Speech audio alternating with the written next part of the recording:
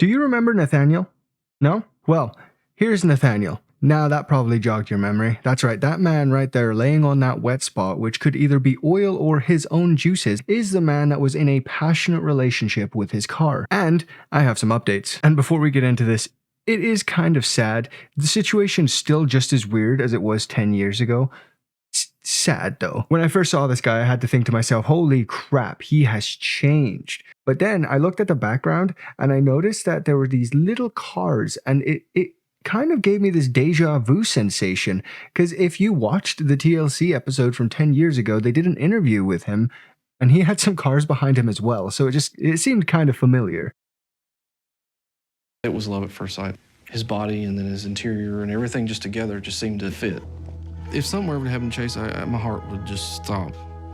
I just have to gather myself here. I'm sorry for all that. You see what I mean? Those cars in the background, very, very familiar to when we see him nowadays. Seems like he still has a very passionate love for cars. Unfortunately, Chase is no longer a part of my life.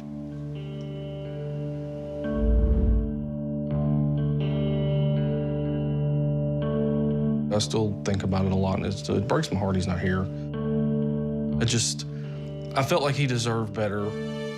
No! Rip Chase! Oh, I really thought that we were gonna see a family reunion happen here. Maybe a couple of, you know, those little cars, a little electric powered 12-volt battery cars that you get for your toddler, maybe a couple of those running around. I'm not a certified inspector or anything, but that car looked completely fucking fine to me. It looked like you could have probably repaired that.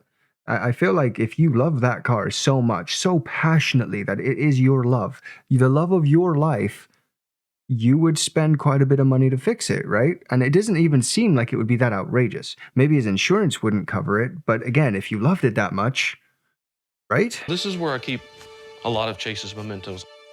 The bedroom is just a special place, and I felt like that was the perfect place for him, and nice to have him close to me. I like cars as much as anybody else, right? No granny shifting over here. I'm double clutching all the way, baby. But this just seems a little bit too much, don't you think? It is a little bit weird, at least. I think we can all agree on that. The blanket's special to me because it's got a lot of his good pictures on it. Just cute stuff like him getting a bath and us together.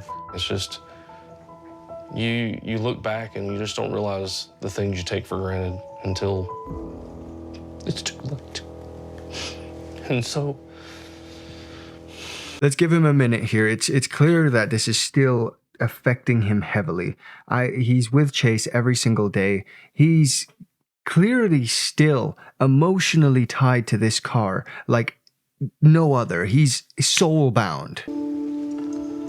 I just would change, I guess, the way things happened, or to try to do something different, I guess, to keep him here in my life.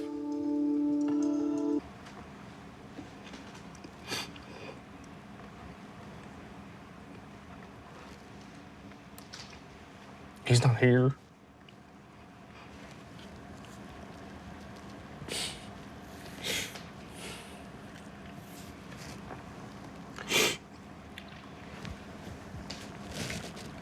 So I do kind of relate to him on this level, but only in the sense of when you lose a car that you've had for a while, that you've owned, it was your first vehicle, it was given to you by a family member, or it just has that type of emotional connection, you end up feeling really, really bad when you either have to get rid of it or it gets into an accident. It gets into an accident, like it just drives out on its own and does it.